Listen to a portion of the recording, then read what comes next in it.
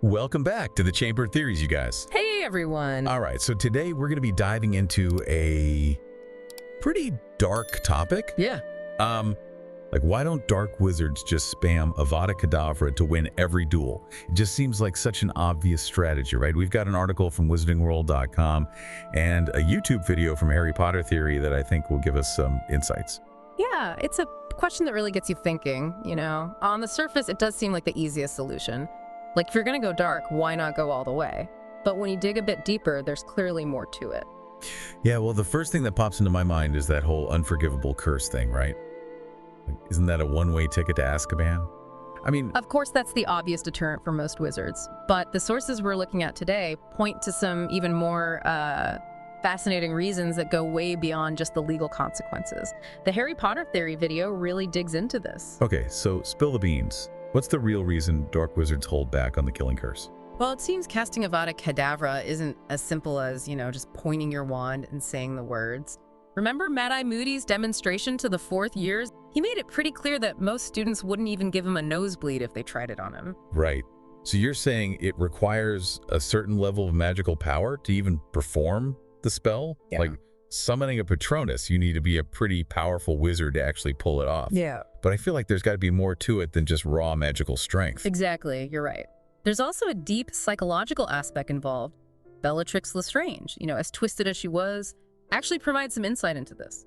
Remember when she's teaching the Caro twins to use the Cruciatus Curse?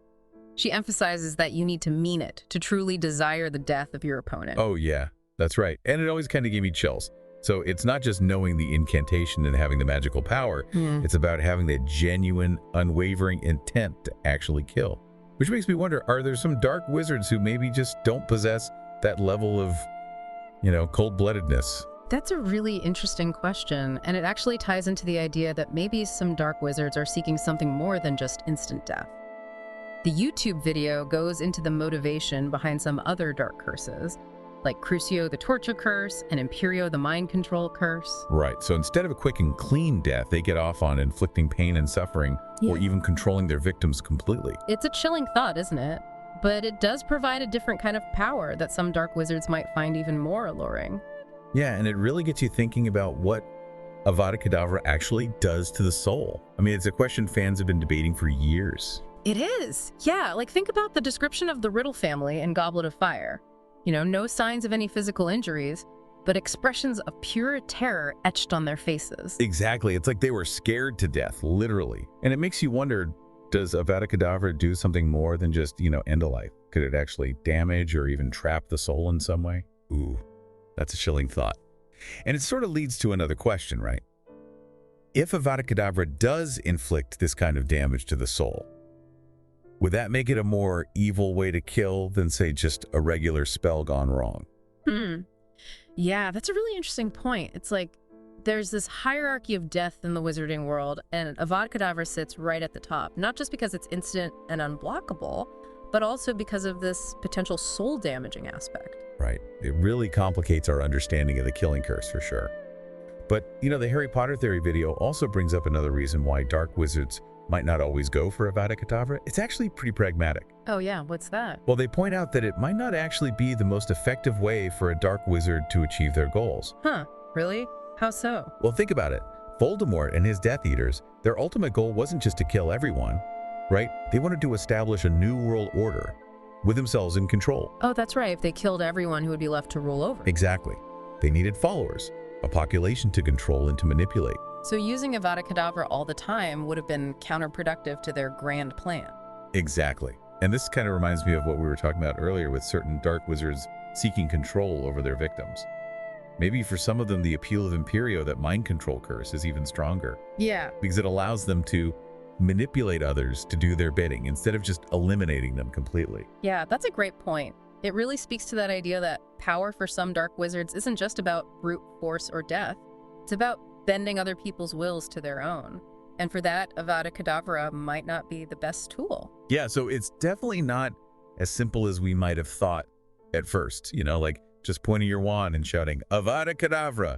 There's clearly a lot more to it. Absolutely. It's way more nuanced. All those magical and psychological and even ethical factors we talked about, they all add these extra layers of complexity to using the killing curse. And When you consider the long-term goals of, a typical dark wizard, well, it becomes pretty clear that Avada Kedavra isn't always going to be the best option. It's almost like they're playing this big long game, right? And sometimes taking a more subtle approach, like using mind control, might actually be more effective than just, killing your opponent outright. Exactly. And it really makes you rethink how we view dark wizards in general, doesn't it? We tend to think of them as these purely destructive forces of nature. But this all suggests that there's a lot more calculation, a lot more strategy involved than we might expect. Yeah, it's like they're playing chess, not checkers, right? And in this game, Avada Kedavra might be a powerful piece. Such a fascinating insight, and it really gets at those motivations and values and even limitations of dark wizards, I think. Yeah, it definitely makes you stop and think about the true nature of darkness. Not just in this life, but maybe in whatever comes after. Exactly, and that's what makes Avada Kedavra so fascinating. It's not just a spell, it's a reflection of us, our fears, our desires, our reminder that even with magic, some lines you just don't cross. This has been mind-blowing. Who knew a deep dive into the killing curse would get so philosophical? It makes you think about magic, good and evil, the choices we make, how they affect everyone, even ourselves. It's all intertwined, right? Magic, morality, choices. Yeah. It all weaves together. It makes up who we are in this world and beyond. Well said. And speaking of beyond, you mentioned the afterlife. What do you think happens to those killed by Avada Kedavra? Do they have a normal afterlife, or is it different for them? People have been debating that for centuries. There are theories, but no one knows for sure. Some think being killed by the curse makes for a harsher separation from the body, like their soul gets jolted, confused in the afterlife. So it's not just death, it's like their essence is shattered. It can't become a ghost or anything. That's way worse than just dying instantly. And some believe Avada Kedavra doesn't just separate the soul, it traps it. No moving on to the next stage, whatever that might be. Like stuck in a nightmare forever. And on top of that, they had the terror of knowing the curse was coming. Yeah, it's a chilling thought. Even for a dark wizard, that's a whole different level of messed up. You can be cruel, inflict pain, but trapping someone's soul for eternity, that's crossing a line. It's like the difference between hurting someone physically and leaving them mentally scarred. One is awful, but the other, it just lingers. You can't escape it. And maybe that's why Voldemort used Avada Kedavra selectively. Sure, he wanted his enemies gone, but he also needed followers. Scared, yes, but still functioning. A world full of empty souls wouldn't exactly be easy to rule. He needed to manipulate, to control. It's like he understood. Even he had to be careful with that curse. Not just for his own soul, but for his power. Interesting point. Maybe even Voldemort had a sense of restraint. A bit surprising, right? It's like he was playing a long game, not just with the wizarding world, but with magic itself and the soul. And some magic, the kind that touches the soul, it demands respect, even fear. Well, I think we've explored Avada Kedavra pretty thoroughly. Everything from the law to the soul to the afterlife. What a journey. But before we close the chamber for today, I want to hear from you. What other reasons could there be for why dark wizards don't just use Avada Kedavra all the time?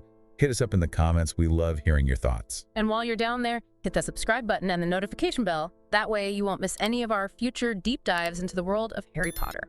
Until next time, keep those wands at the ready. And remember, the chamber awaits.